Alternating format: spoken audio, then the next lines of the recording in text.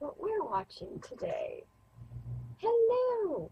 Welcome to another edition of Author E. Jamie Watches, a somewhat weekly show where I react to television shows and or movies and hopefully entertain y'all.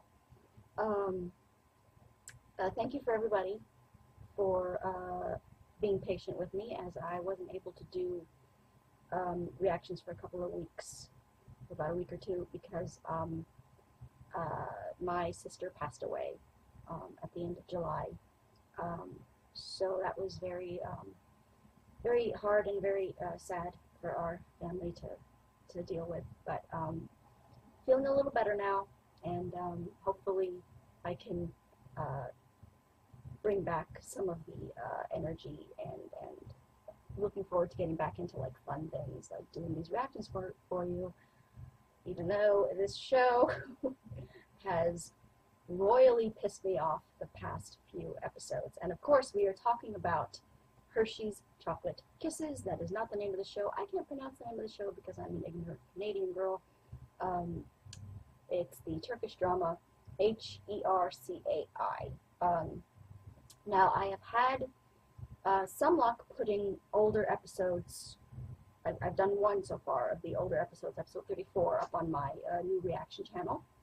The only issue is they're not 100% great with the copyright, because for some of the issue is the music that they use, so I might have to go and like mute the songs, and that might affect the reaction if I'm not able to mute myself. Like if I end up muting like myself along with the background music. So hopefully that won't happen.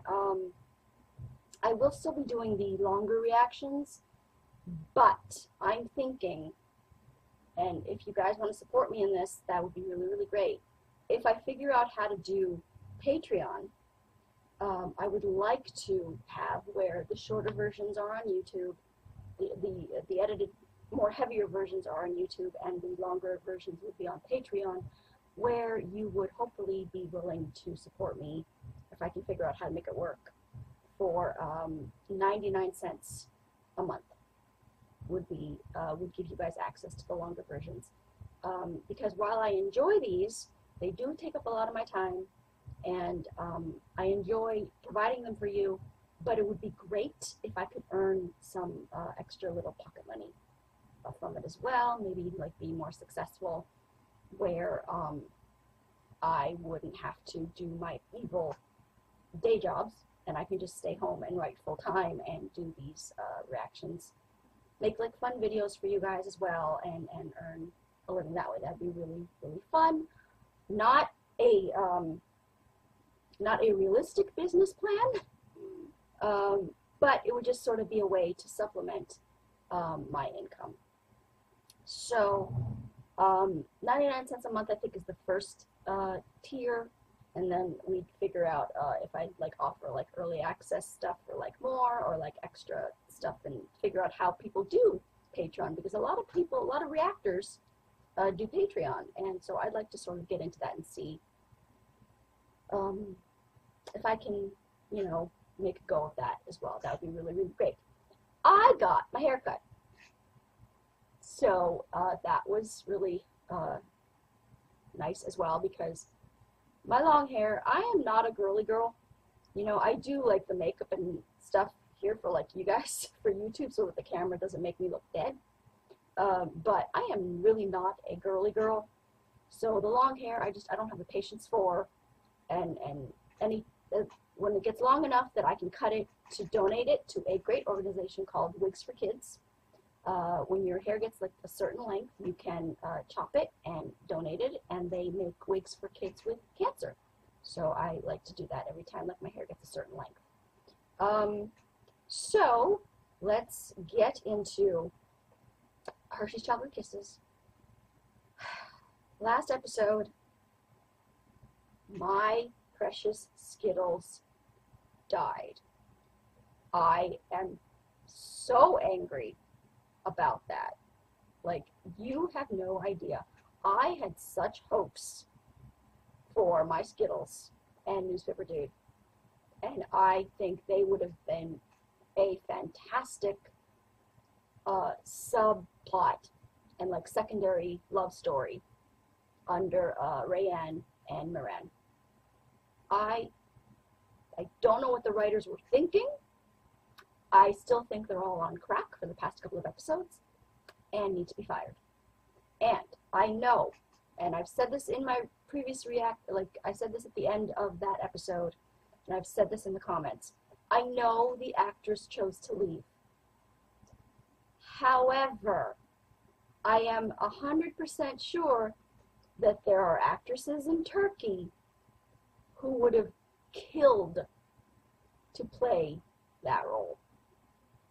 That there are actresses in Turkey struggling who have won a chance to be on this huge television show, and you could have tested and casted any one of them to continue with My Skittles and You Super Dude. Mind you, I loved the actress who was playing My Skittles. But if it meant that the storyline would get to continue, I would be willing to accept a new actress in that role, because as we remember, the first actress to play Skittles was not, she left and they recast her. And I liked both actresses. So I don't understand why they couldn't do it again. I don't understand. And I'm very, very mad at them. So I don't know. I think that was the season finale for season 2. And I think this begins season 3, this episode 39, which is what we're going to watch right now. Let's see what happens. I got my wine. Everybody was like this close to having the vendetta be over. And something tells me that Skittles dying is going to reignite the hatred between the two families. And that pisses me off, because there would be any number of ways to go about continuing that vendetta. The only thing I liked about episode 38 was the scenes between Ferhat and Moran, sort of like renewing their friendship, and Ferhat being so happy that the vendetta was over. That scene was the preciousest, and that was the only positive in that entire episode for me. So let's see what happens with Hershey's Chocolate Kisses, episode 39. Here we go.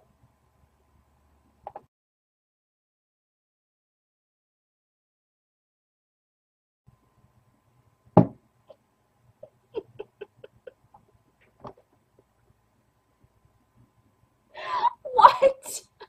I mean, what?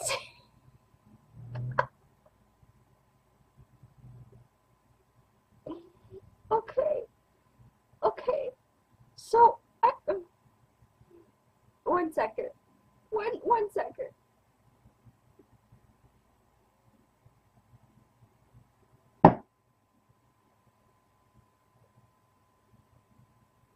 The last 10 minutes of this episode was the only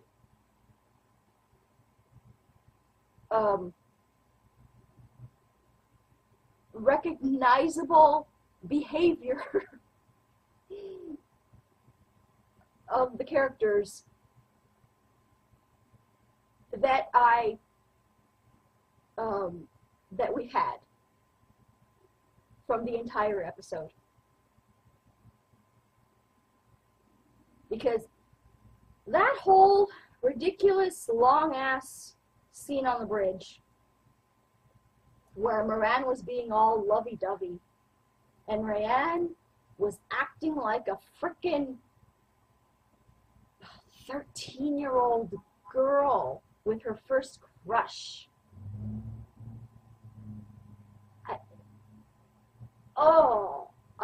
I can't with Reyann anymore. I literally can't. So if this Hottie McWeirdo is like obsessed with her, I say take her and go.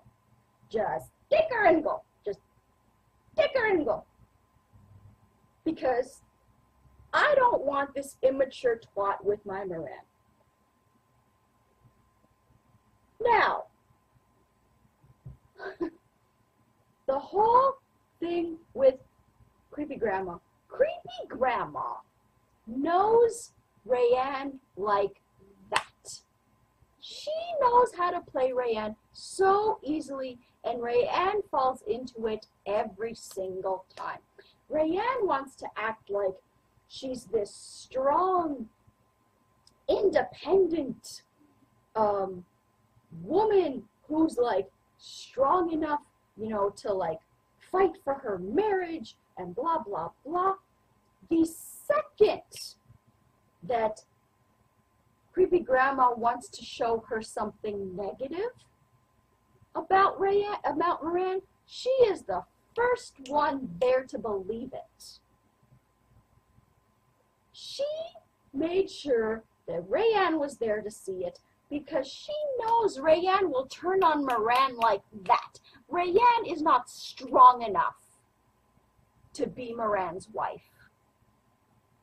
Reyann is not a strong enough character to be the heroine of this show. You have ruined her character from episode 35 onward.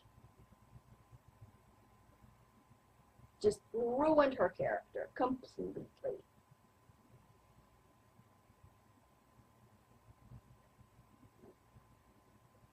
This Hottie McWeirdo, that is what we will call him now. We have Twat Waffle's husband, who is Hottie McCrazy. And we have this not for rat, who's we're supposed to buy is Goonie's brother, which I do not buy. I will never buy. The writers were setting it up that Ferret was her brother, and that is what I will always believe. I do not accept this Hottie McWeirdo as Goonie's brother. No, no, period, full stop, end of sentence. This Hottie McWeirdo, I don't understand his obsession with Reyann. I don't understand how he even knows who Reyann is. But I want him to take Reyann and go live on a desert island somewhere. Because if I have to see Rayann's smiling, blushing face whenever, like, Moran even looks at her, I'm sorry, you've been married to this man for, it has to have been, like, at least a year. Right? I mean, it's been at least a year. And you're still acting around him like, oh, don't touch me. Don't look at me. Oh, I can't even look at you. You're a boy. You're a boy. I can't look at you. Just take her and go. Just take her and go. Because I can't with her anymore. And this is sad because I'm sure that the actress up to like episode 35 was lovely. A little bit too much of the immaturity, but she was getting there. She was maturing. And then they like completely reverted back to her being a 13-year-old. With this whole thing with Papa, finding out the truth with Papa Koala Bear. Ruined her character. Completely ruined her character. Moran, I believe, like, yeah, he made it very clear that he was going to only pretend that he had not given up on his revenge, so that he could play Creepy Grandma and keep her from doing more evil shit. He made it clear. And he even said to Newspaper Dude, I'm going to do this and try to shoot you in such a way that I won't kill you. Because if I don't shoot you, they gonna shoot you and they ain't gonna miss. So Newspaper Dude is fully aware of this. So when he, you know, regains consciousness or whatever, he can fully testify to this, that Reyann only did it so that they wouldn't kill him. Now, creepy grandma. What the? I mean, okay. So, we're going back to the moment where she sends Mama Goody and Goonie and Esma all, like, kicks them all out of the house and sends them in the van. And then you have the moment where she's by herself talking about how her revenge has ended, and she's ended her revenge, and blah, blah, blah. She was saying that to herself. She was not trying to convince anybody. She was not lying to anybody. She was saying it to herself. Okay. And then we had her with this whole setup where she played Reyann like a fiddle and brought that girl in the car to witness Moran shooting newspaper dude. And somehow, we're supposed to believe that creepy grandma was satisfied with this, with Moran shooting newspaper dude, and that this completes her fight for revenge. How? If anything, I could see her using this to reignite the vendetta, because she knows full well that the Shagalagas, as they are ready to kill Moran over this, because they're not listening to, you know, they think that he tried to kill newspaper dude. Papa Koala Bear, I love you. I love him so much. Being there and trying to be like the voice of reason and trying to not like let everybody shoot themselves. This would only like reignite the vendetta. This wouldn't end it. So why is creepy grandma ready to die? I don't understand. That doesn't make no comprende. No comprende. O que está passando right now? What is happening right now in Portuguese? I am confused in all languages. My head hurts. My head hurts trying to figure out what the hell these past 2.5 hours just were. How does Hottie McWeirdo know Reyann? And why is he so obsessed with her? Who destroyed Skittles' grave? And why? All the questions.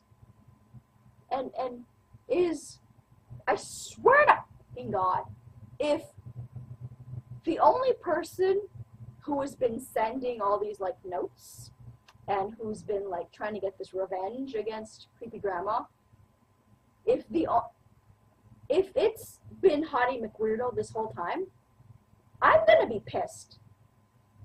Because that is nothing. That is like some weak ass shit. How is that? Like, no. How is that any sort of like revenge against creepy grandma? That, like, okay, she let Mama Goonie believe that you were dead. But, no. This, I want it to be somebody from, like, way back, from, like, the beginning of whatever happened between creepy grandma and asshat grandpa.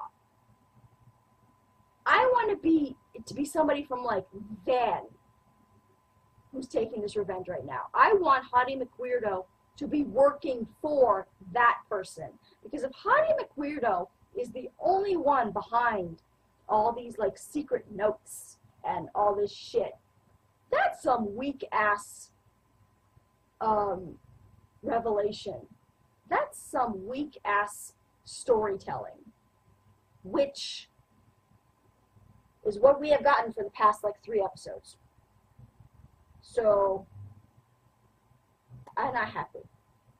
I'm not happy with the way that this is going. Hottie McWeirdo is hot, but he's weird. And I say, if you're obsessed with Reyann, take her. Take her and go, because I can't stand her right now. Her, like, running up and down the street all screaming for newspaper dude. Like she gives a shit about anybody but herself. That's not the Reyann that I know from, like, the past 3 episodes.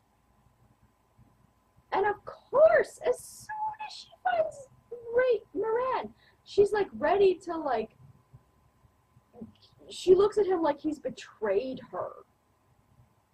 She's not even willing to listen to what he has to say. Of course she doesn't, because she's a fucking child. She's not a grown-ass married woman. No. If anybody does, like, the littlest thing negative, she turns on them. And this whole, like, Grandma Dilly being all lovey-dovey to Moran, after the way that she treated him, we didn't get no apology. We didn't get no apology from her. We didn't get no apology from Reyann for the way she treated Papa Koala Bear and Moran. We didn't get no apology from Grandma Dilly the way she treated Moran. No. I don't accept this garbage writing.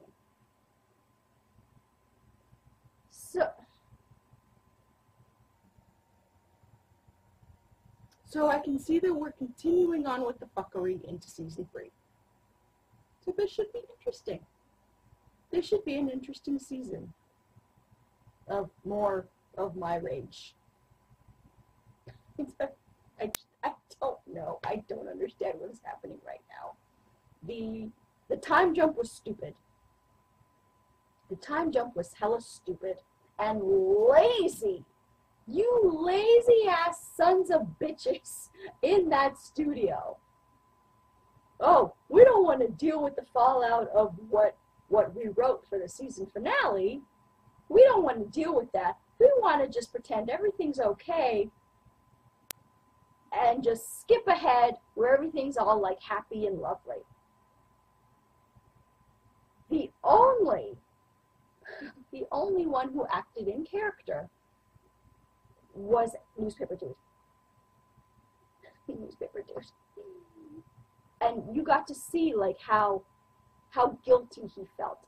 Those, like, few minutes, that was awesome. That was wonderful to see. He was the only one who acted, like, in character. And, yeah, and Moran, too. Moran, too, towards the end. Moran in the beginning, being all lovey-dovey with Reyann after his cousin had just killed herself. Even though it was supposed to be, like, 40 days ahead. There's no way that in 40 days he was all, like, happy and, like, fine and not angry at the Shagalagas and not blaming them somehow. I mean, Newspaper Dude blamed himself. So there's no way in hell that Moran would have not blamed them.